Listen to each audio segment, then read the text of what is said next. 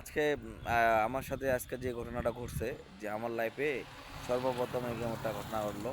আমার হঠাৎ করে রাস্তায় চলতি পথে আমার বাইকের তেল শেষ হয়ে গেছে।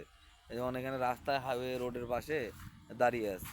তো আমার একটা ক্লোজ মামা আছে, ও আরফিন আরিফ রাজ। ওকে বলছি যে মামা একটু তেল নিয়ে আসো তো। সে এখন বলতেছে মামা দাদারাও যাইতেছি যাইতেছি যাইতেছি করে এরকম মনে করেন 20 মিনিট অতিবাহিত হয়ে গেছে। আবার ফোন দিলাম, তখন বলতেছে তখন বলতেছে যে আহ, আমার মামা বলতেছে মামা আমি তো সেলুনে, একটু অপেক্ষা করো যাইতেছি। নাও জ্বালা দেখি, আর আমি এখানে রোডের পাশে আটকে গেছি, হাইওয়ে রোডের পাশে কি যন্ত্রণায় আছি, আমাকে যাইতে হবে এক জায়গায়, এখন যাইতে পারতেছি না, যা তা অবস্থা। মামা বলতেছে সেলুনে আছে, কি বড় একটা বিধিগিরি অবস্থায় পড়ে গেছি। মামাকে বললাম যে মামা একটু তাড়াতাড়ি করো, মামাকে আমার এই হয়ে গেছে এলে সেলুনে আছে। এই যে বিপদে পড়লে কি অবস্থা। মামা কাকে যেন পাঠানোর কথা, এখনো পাঠায়নি, সেই জন্য অপেক্ষা করতেছি এখানে।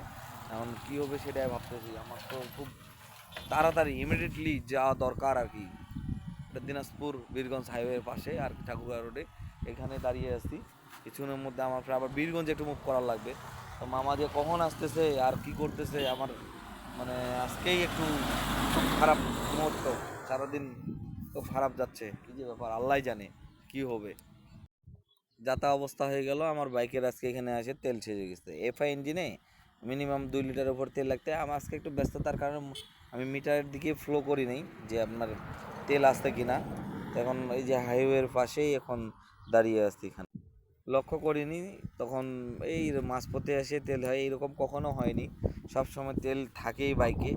আজকে আমি তাড়াতাড়ি বের হওয়ার কারণেই এরকম একটা অবস্থার মধ্যে পড়ছি। বাইকের তেল শেষ হয়েছে, তার সাথে সাথে একটা মানে নেচার আবহাওয়া উপভোগ করতেছি। এইদিকে হাইওয়ে রোডের পাশেই অনেক নেচার, অনেক সুন্দর, মানে দোলা মাঠ, একদম ফসলে ভরা মাঠ ছিল, সব কাটে এইদিকে আসতে অবশ্য। এখানে বসে বসে অপেক্ষা করতেছি মামা, আমার মামা